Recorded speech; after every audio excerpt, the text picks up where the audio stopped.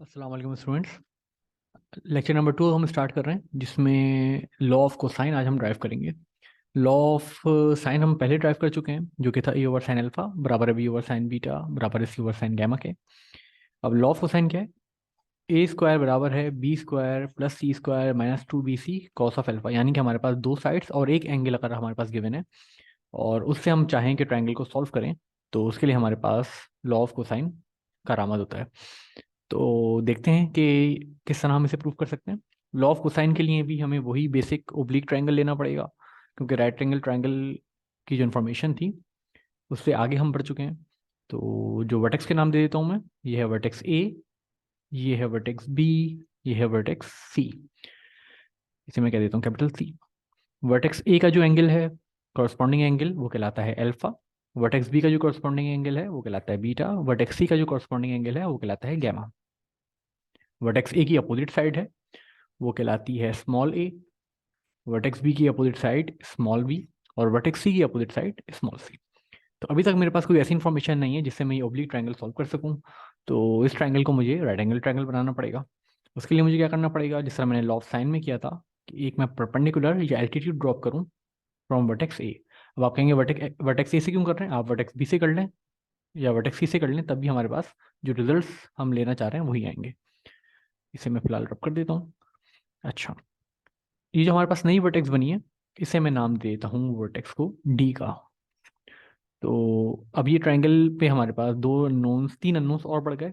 एक ये एल्टीट्यूड की हाइट, ये जो लेंथ है डी बी, डी और बी की लेंथ, और सी और डी की लेंथ। तो सबसे पहले मैं ये कोशिश करता हूँ कि जो मेरे पास दो अननोन बने हैं नए, जो कि बना है एक सी डी और डी बी, इसे सॉल्व करूँ। क्योंकि जितने ज़्यादा अननोन होंगे हमारे लिए परेशानी उतनी ज़्यादा बढ़ेगी। तो मैं, ये जो हमारे पास ओब्लिक ट्रायंगल है, ये दो राइट एंगल ट्रायंगल्स में डिवाइड हो चुका है, आप देख रहे होंगे। कौन कौन से right angle triangle? A B D और ए सी डी। ये दो राइट एंगल ट्रायंगल्स में हमारा ये ओब्लिक ट्रायंगल डिवाइड हो चुका है। तो हम इन दोनों राइट एंगल ट्रायंगल्स को अलग अलग सॉल्व करते हैं और कोशिश करते हैं कि बी डी और सी डी की वैल्यूज निकालें, और इन्हीं दो राइट एंगल ट्रायंगल्स पे हम पाइथागोरस थ्योरम लगाएंगे, तो आप देखेंगे हमारा लॉ ऑफ कोसाइन प्रूव हो जाएगा। तो पहले मैं राइट एंगल ट्रायंगल ले लेता हूँ, जो कि है ए बी और डी। ए बी डी को मैं कर लूंगा, तो ए बी डी इसी तरीके से, बी के कॉरस्पॉन्डिंग एंगल बीटा है, बट एक्स डी जो वो पॉइंट है जहाँ पे हमारा एल्टीट्यूड ने ड्रॉप किया है, और ए बी की जो लेंथ है वो है हमारे पास सी। अगर मैं कॉस बीटा की वैल्यू निकालूं, तो कॉस बीटा मेरे पास होता है, यानी कॉस ऑफ थीटा मेरे पास होता है, कॉस थीटा मेरे पास होता है बेस ओवर हाइपोटेन्यूज। तो बेस मेरे पास यहाँ क्या है? डी और बी जो है ये बेस है मेरे पास, ये मेरे पास बेस है बी डी, ठीक है। हाइपोटेन्यूज मेरे पास क्या है? ए और सी जो है, ए और बी जो है, इसे मैं कलर डिफरेंट कर लेता हूँ। ए और बी जो है मेरे पास ये हाइपोटेन्यूज है, तो ए और बी की जगह मैं हाइपोटेन्यूज पुट कर दिया। जब इनकी वैल्यूज पुट करनी है, बी डी की वैल्यू मेरे पास नहीं है, बी डी की वैल्यू मेरे पास नहीं है, तो फिलहाल इसे स्किप करते हैं। ए बी जो है मेरे पास वो है हाइपोटेन्यूज, जो कि है सी। ये तो बी डी की जगह पे मैंने बी डी पुट कर दिया, ए बी की जगह पे मैंने सी पुट कर दिया। तो अगर मैं बी डी की वैल्यू निकालूं, तो बी डी मेरे पास आ गया, ये क्रॉस मल्टीप्लाई करा के सी कॉस बीटा। सी लेंथ है और कॉस ऑफ बीटा, इसे मैं हाईलाइट कर देता हूँ। ठीक है, तो एक जो मेरे पास अननोन था वो मेरे पास सॉल्व हो गया in term of length and corresponding angle. अब यही काम मुझे, मेरे पास बी डी ई आ गया, मैं अब मुझे ये करना है सी डी के लिए। तो सी डी के लिए मैं दूसरा राइट एंगल ट्रायंगल ले लेता हूँ, जो कि है मेरे पास ए सी और डी। वर्टेक्स सी का एंगल जो है गैमा है, इसकी जो हाइपोटेन्यूज है वो बी है। तो उस पर कॉस का अगर मैं फंक्शन लगाऊं, तो कॉस का फंक्शन कहता है कॉस थीटा बराबर है परपेंडिकुलर ओवर हाइपोटेन्यूज के। इस तरह मेरे पास क्या बन जाएगा, सॉरी, कॉस थीटा बराबर है बेस ओवर हाइपोटेन्यूज के। बेस मेरे पास क्या है? बेस है मेरे पास सी डी, ये है मेरे पास, ये है मेरे पास बेस। तो बेस की जगह पे मैं डी सी पुट कर दिया मैंने, और हाइपोटेन्यूज की जगह पे मैंने पुट कर दिया ए सी। फिलहाल मैं ए सी करता हूँ, वर्टेक्स की जगह पे ए सी मैंने पुट कर दिया, ठीक है। अच्छा, अब डी सी की क्या वैल्यू मुझे मालूम है नहीं है, डी सी मेरे पास बेस है, तो मैं ऐसे एज इट इज बेस ही लिख देता हूँ। डी सी मेरे पास बेस है। ए सी मेरे पास क्या है? ए सी हाइपोटेन्यूज है, जिसकी वैल्यू है मेरे पास बी। यहाँ पे मैंने बी पुट कर दिया, तो डीसी की जगह पे डीसी एज इट इज है, एसी की जगह पे बेस है मेरे पास एज इट इज। तो डीसी की वैल्यू अगर मैं एक तरफ कर लूँ, तो ये क्रॉस मल्टीप्लाई हो जाएगा इससे। डीसी बराबर है कॉस बी कॉस गैमा। इसे मैं हाईलाइट कर लेता हूँ यहाँ से, डीसी बराबर है बी कॉस गैमा के। तो दो अननोन थे मेरे पास, ये हमने इन टर्म ऑफ साइड्स और एंगल निकाल लिए। अब हमने क्या कहा था? हमने कहा था कि भाई दोनों राइट एंगल ट्रायंगल्स पे पाइथागोरस थ्योरम लगा दो, जो दो राइट एंगल ट्रायंगल बने हैं उन पे अगर पाइथागोरस थ्योरम लगा दो तो कॉस का जो लॉ है, लॉ ऑफ कोसाइन, जो वो प्रूफ हो जाएगा। तो दो राइट एंगल ट्रायंगल क्या बने मेरे पास, ए बी और डी, और ए सी और डी, तो दोनों पे पाइथागोरस थ्योरम लगा लेते हैं। क्या क्या राइट एंगल ट्रायंगल्स बने हैं मेरे पास, right angle triangle A B D और ए सी डी, इन दोनों पे राइट एंगल ट्रायंगल लगा लेता हूँ। पहले मैं लगा रहा हूँ ए बी और डी पे, ए बी डी पे अगर मैं लगाऊं, ए बी डी पे ये लगेगा right angle triangle. Right angle triangle क्या कहता है, राइट एंगल ट्रायंगल होता है हाइपोटेन्यूज का जो स्क्वायर है, हाइपोटेन्यूज का स्क्वायर बराबर है perpendicular square plus base square. अब इसमें हाइपोटेन्यूज क्या है, इसमें हाइपोटेन्यूज मेरे पास है ए बी, तो हाइपोटेन्यूज की जगह पे मैंने ए बी पुट कर दिया। परपेंडिकुलर क्या है ए डी, तो परपेंडिकुलर की जगह पे मैंने ए डी पुट कर दिया। और बेस क्या है मेरे पास बी डी, तो बेस की जगह पे मैंने बी डी पुट कर दिया। ये मेरे पास एक इक्वेशन बन गई। अब यही काम मैं करता हूँ, पाइथागोरस थ्योरम लगा लेता हूँ मैं ए सी डी, यानी तो हमारे पास दूसरा राइट एंगल ट्रायंगल है, क्योंकि अभी हमें जो नॉलेज है प्रीवियस नॉलेज वो सिर्फ राइट एंगल ट्रायंगल की है, इस वजह से मैं पाइथागोरस थ्योरम लगा रहा हूँ। अब मुझे लगाना है ए सी डी पे, तो ए सी डी पे भी मैं राइट एंगल अगर लगा दूं तो हाइपोटेन्यूज बराबर होता है perpendicular plus base, perpendicular square plus base का। हाइपोटेन्यूज क्या हो जाएगा ए सी डी के केस में, ए सी डी के केस में हाइपोटेन्यूज मेरे पास क्या हो जाएगा ए और सी, तो ए और सी पुट कर दिया। परपेंडिकुलर क्या होगा, परपेंडिकुलर हो जाएगा ये साइड ए और डी, ठीक है, ए और डी पुट कर दिया। और बेस मेरे पास क्या हो जाएगी सी और डी, तो ये मेरे पास डी सी पुट कर दी। अच्छा, आप ये देख रहे होंगे कि डी सी की जो वैल्यू है, डी सी की जो वैल्यू है, क्या वो मैं इस तरह लिख सकता हूँ, डी सी जो है ये, यानी ये जो वैल्यू मुझे निकालनी है, अगर मैं सी बी जो कि मेरे पास पूरा बन रहा है, ये सी बी जो है मेरे पास ये बन रहा है कंप्लीट लेंथ, अगर मैं इस कंप्लीट लेंथ में से ये लेंथ माइनस कर दूँ तो मेरे पास जो सी डी की लेंथ है वो आ जाएगी। तो क्या मैं यूं लिख सकता हूँ सी डी या डी सी एक ही बात है, डी सी बराबर है बी सी, बी सी मतलब complete length minus B D, ये वाली जो लेंथ है बी डी, ये जो लेंथ है, ये अगर मैं माइनस कर दूं तो क्या इसकी जगह मेरे पास जो सी डी की वैल्यू आ जाएगी, बिल्कुल आ जाएगी। तो यही मैंने यहाँ शो किया है, जो डी सी बराबर है B C minus B D. फिर मैंने क्या किया, ये जो डी सी की वैल्यू थी जो कि मैंने यहाँ निकाली है, इस वैल्यू को मैंने दोबारा इस फॉर्मूले में पुट कर दिया। फॉर्मूले में पुट कर दिया, उसके बाद हमने क्या करना है, कंप्लीटिंग स्क्वायर का फॉर्मूला बन रहा है जो कि होता है ए माइनस बी का होल स्क्वायर बराबर है A square minus two A B plus B square. A B C minus B D पे कंप्लीटिंग स्क्वायर का फॉर्मूला खुल जाएगा, वो आपको खुलना आता है।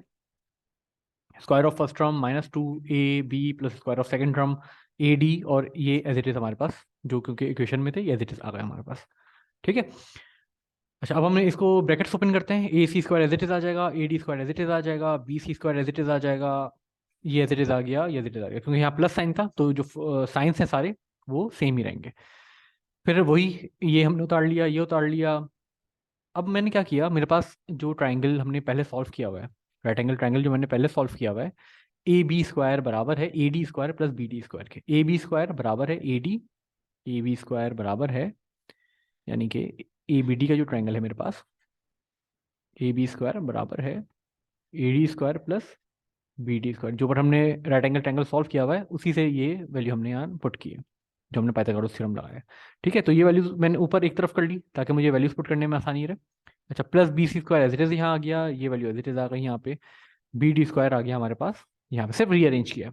ठीक है, ए बी स्क्वायर बराबर है A D square plus B D square, यानी ए डी स्क्वायर जो है, यानी डी वाली जो टर्म्स थी जो कि हमारे पास इंटरसेक्शन से आ रही थी, उन दोनों को मैंने नोन वैल्यू में कन्वर्ट किया, यानी ए डी और बी डी, दो, क्योंकि ए डी और बी डी हमारे पास अननोन थी, आप यहाँ देख रहे होंगे ए डी और बी डी, ए डी और बी डी अननोन साइड्स हैं, ये भी अननोन है ये भी अननोन है। मैं चाहता हूँ कि ये कन्वर्ट हो जाए किसमें, ए बी सी में, तो हमने सिंपल वैल्यू पुट कर दी है इसकी ए बी और डी बनाने के लिए, A D square plus B D square, ये कंप्लीट, इसकी जगह पे मैंने क्या पुट कर दिया ए बी का स्क्वायर, ये पुट कर दिया, बी सी का स्क्वायर एज इट इज आ गया, और minus two B C as it is आ गया। अच्छा, अब मुझे क्या करना है, जो हमारे पास ट्राइंगल गिवन है, length of side A B C, अगर हमारे पास ये जो ट्राइंगल गिवन है, ट्राइंगल हम दोबारा बना देते हैं ताकि हमारी थोड़ी सी मेमोराइज भी हो जाए चीज़ें। यही होता है right angle triangle, sorry oblique triangle. इसे अगर मैं कहूँ साइड ए, इसे मैं कहूँ साइड बी, इसे मैं कहूँ साइड सी। साइड ए का जो एंगल है वो अल्फा कहलाता है, साइड बी का जो एंगल है वो बीटा कहलाता है, साइड सी का जो एंगल है वो गैमा कहलाता है। ठीक है, ए की अपोजिट साइड जो है वो स्मॉल ए कहलाती है, बी की अपोजिट साइड स्मॉल बी कहलाती है, और सी की अपोजिट साइड स्मॉल सी कहलाती है। अब देखें, ए सी, ए सी की वैल्यू मुझे निकालनी है, ए और सी की वैल्यू मेरे पास क्या है, ए और सी की वैल्यू मेरे पास क्या है, ए और सी की वैल्यू है मेरे पास बी। तो ए सी की जगह पे मैं बी पुट कर सकता हूँ, बिल्कुल कर सकता हूँ। अब मेरे पास अगला क्या वैल्यू है, ए बी। ए बी क्या है मेरे पास, ए और बी। ए बी की जगह पे मैं सी पुट कर सकता हूँ, बिल्कुल कर सकता हूँ। फिर मेरे पास क्या वैल्यू बची, फिर मेरे पास है बी सी। बी सी मेरे पास कौन सी साइड है, बी सी मेरे पास ये वाली साइड है। बी सी की वैल्यू क्या है मेरे पास ए, तो बी सी की जगह पे मैं ए पुट कर सकता हूँ। -2, 2 कॉन्स्टेंट है, फिर बी सी है, बी सी की जगह पे दोबारा ए पुट कर सकता हूँ मैं। फिर है बी डी। अच्छा बी डी मेरे पास क्या है, बी और डी, डी कौन सी लेंथ थी, जो कि इंटरसेक्टिंग पॉइंट था। तो हम देखते हैं क्या बी डी की वैल्यू हमने निकाली है कहीं, ऊपर हमने बी डी की वैल्यू निकाली है। बी डी की वैल्यू है मेरे पास सी कॉस बीटा। बी डी की वैल्यू है मेरे पास सी कॉस बीटा, तो बी डी की वैल्यू में सी कॉस बीटा पुट कर देता हूँ। बी डी की वैल्यू मेरे पास सी कॉस बीटा। अब मेरे पास तमाम वैल्यूज आ गई, मैं वैल्यूज पुट करता हूँ और मेरे पास आंसर आ जाएगा, जो लॉ ऑफ कोसाइन है वो प्रूव हो जाएगा। अब आप देखें, ए सी की जगह पे बी स्क्वायर, ए बी की जगह पे सी स्क्वायर, बी सी की जगह पे A square, two as it is. B C की जगह पे ए, और बी डी की जगह पे मेरे पास आ गया सी कॉस बीटा। तो ये अगर मैं फर्दर सॉल्व करूं तो ये कहलाएगा लॉ ऑफ कोसाइन। इसे मैं हाईलाइट कर देता हूँ, इसे रब करके मैं हाईलाइट कर देता हूँ। ये लॉ ऑफ कोसाइन जो है हमारे पास, ये प्रूव हो गया है। लॉ ऑफ कोसाइन हमें किन किन चीज़ों को रिलेट करता है, अगर मेरे पास दो साइड्स और एक एंगल गिवन है तो, और बाकी मुझे साइड्स और एंगल्स निकालने हैं, तो लॉ ऑफ कोसाइन से निकालूंगा। अच्छा ये निकला है बी स्क्वायर के रेस्पेक्टिवली। अब हम, हो सकता है कभी हमें ए स्क्वायर के रेस्पेक्टिव भी निकालना हो, तो वो भी बहुत ज़्यादा आसान है।